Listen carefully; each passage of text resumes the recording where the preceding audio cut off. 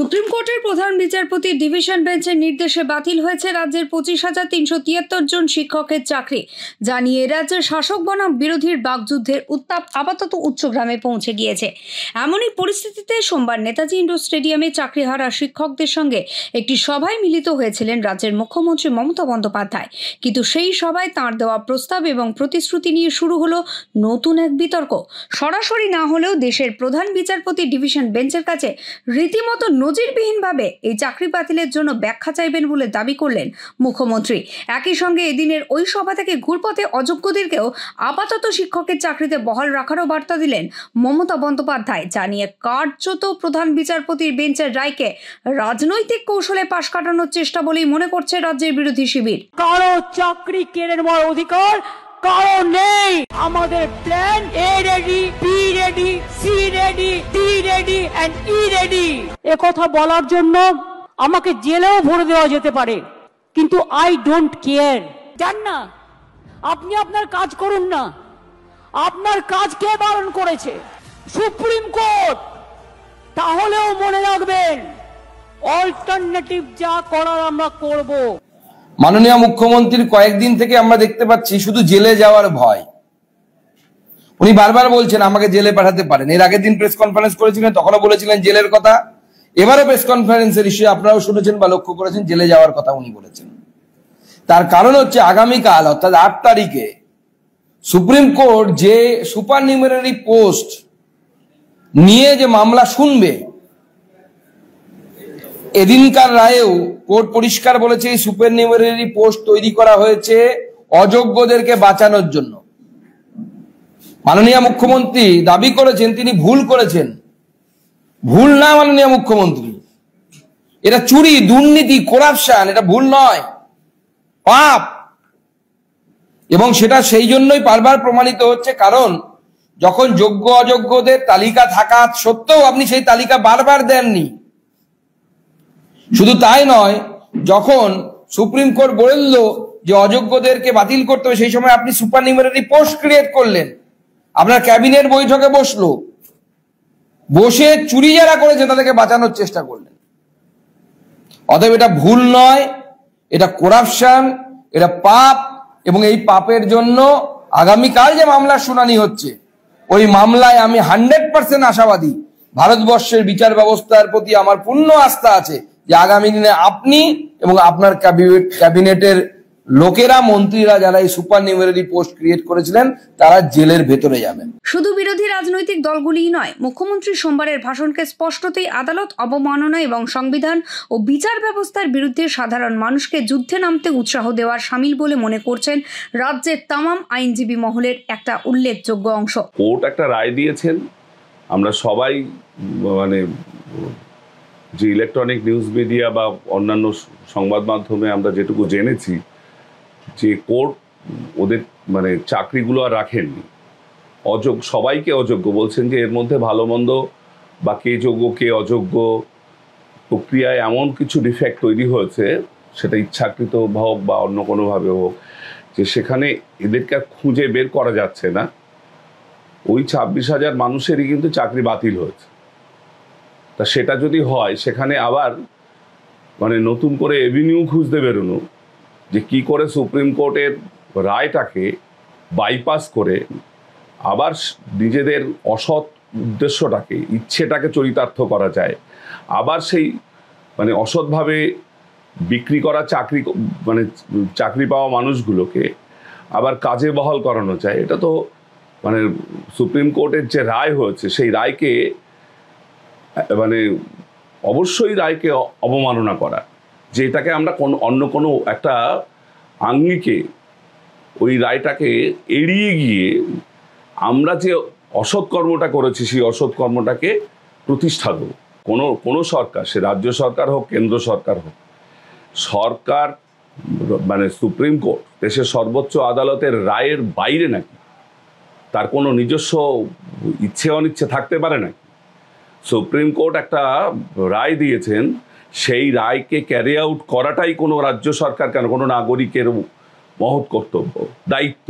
যদি সেই রায়টাকে সে কোনোভাবে অমান্য করার চেষ্টা করে, তাহলে আদালত অবমাননার মামলা হবে তার এগেইনস্টে। এখানে বিষয়টাকে দুভাবে দেখা হয়েছে।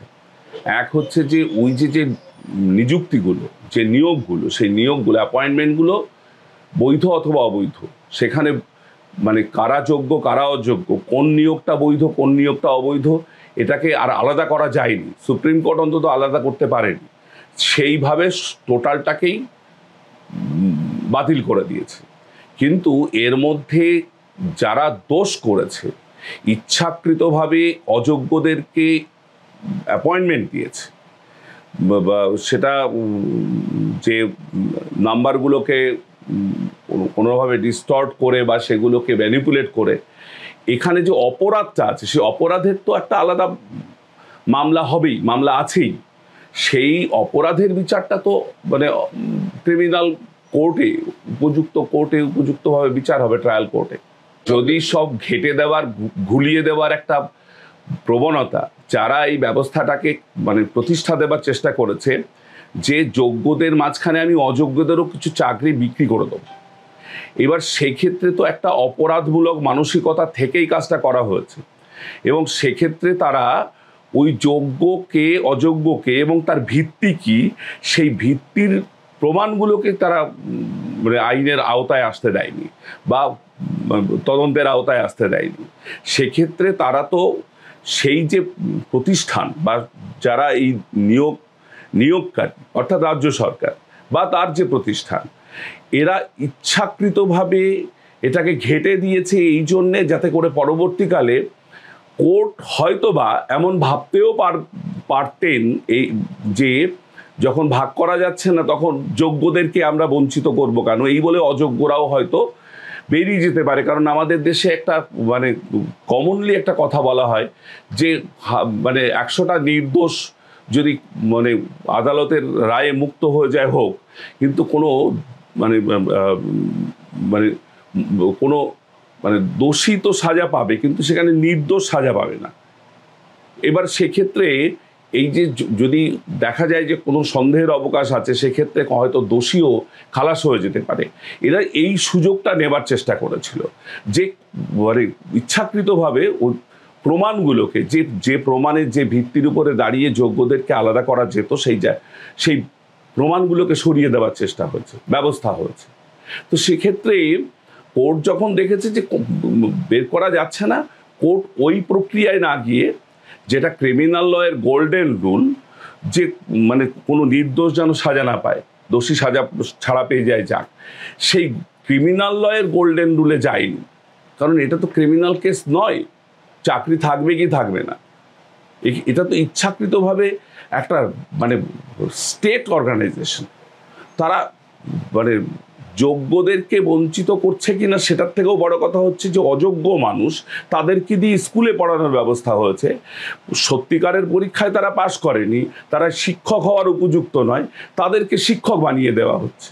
আইনজীবী মহলের একটা বড় অংশের আশঙ্কা, সোমবার সুপ্রিম কোর্টকে পরোক্ষে নিশানা করে মমতা বন্দ্যোপাধ্যায়ের এই ধরনের মন্তব্যে এরপরেও যদি উচ্চতর আদালত লাগাম দেওয়ার চেষ্টা না করে, তাহলে তা ভারতীয় সংবিধানের মর্যাদা তো বটেই, সেই সঙ্গে আদর্শ রাষ্ট্র ব্যবস্থার পরিকাঠামোকে অদূর ভবিষ্যতে চ্যালেঞ্জের মুখে দাঁড় করিয়ে দেবে।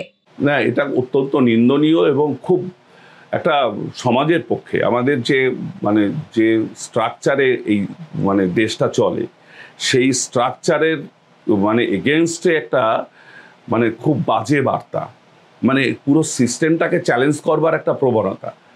এক্ষেত্রে জুডিশিয়ারিকে আমরা দেখেছি অনেক নমনীয় আচরণ করতে আমাদের চিফ মিনিস্টারের এগেনস্টে। তার কারণ হচ্ছে তিনি যখন কখনো দেখলাম সিটিং জাজ ছিলেন, আমার যতদূর মনে পড়ছে অনেক দিনের কথা, যে যখন জাস্টিস অভিজিৎ গাঙ্গুলির এগেনস্টে অনেক রকমের মন্তব্য চলছে, তখন আমাদের কলকাতা হাইকোর্টেরই একজন জজ সাহেব মানে এই মন্তব্য করেছিলেন বলে মানে সংবাদ মাধ্যমে জেনেছিলাম যে বিচার ব্যবস্থা এত ঠুনকো নয় যে কারোর কোনো মন্তব্যেই সেটা আহত হতে পারে বা আদালত অবমাননার পর্যায়ে পৌঁছতে পারে। কিন্তু মানে আজকে একটা ধরুন তেঁতুল গাছের চারা, সেটাকে আপনি 2 আঙুল দিয়ে টেনে তুলতে পারবেন, কিন্তু ওটা যদি একবার শেকড় বসিয়ে দিতে পারে, ওটাকে কিন্তু আপনি মাটির নিচ থেকে উপড়াতে গেলে আপনাকে কিন্তু একবেলা চলে যাবে। বিষয়টা হচ্ছে যে একজন রাজ্যের মুখ্যমন্ত্রী তিনি কখনো মানে একজন বিচারক সম্পর্কে কুকথা বলছেন। আমার একটা এই চাকরি বিষয়েতেই ডিভিশন বেঞ্চের রায় হয়েছিল আমার যতদূর মনে পড়ছে, অনারেবল জাস্টিস দেবাংশু বসাক এবং অনারেবল জাস্টিস সাব্বার রশিদি, ওনাদের এগেনস্টে এমন কথাও আমি মানে যতদূর মনে পড়ছে যে উনি বলেছিলেন যে বিজেপির পার্টি অফিসে তার জাজমেন্ট লেখা হয়েছে। এর পরেও যদি আদালত মনে করেন যে আমাদের মান সম্মান যায়নি, তাহলে মান সম্মান তো আর কিছুতে যাবার নেই।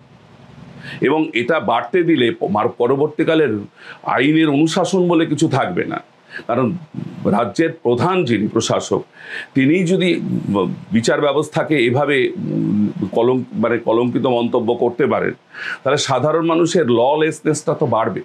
মুখ্যমন্ত্রীর বক্তব্য নিয়ে ইতিমধ্যেই বিতর্ক শুরু হয়েছে। আগামী দিনের পরিস্থিতি কোন দিকে যায় সেদিকেও আমাদের নজর থাকবে। Bureau report, digital news Bangla.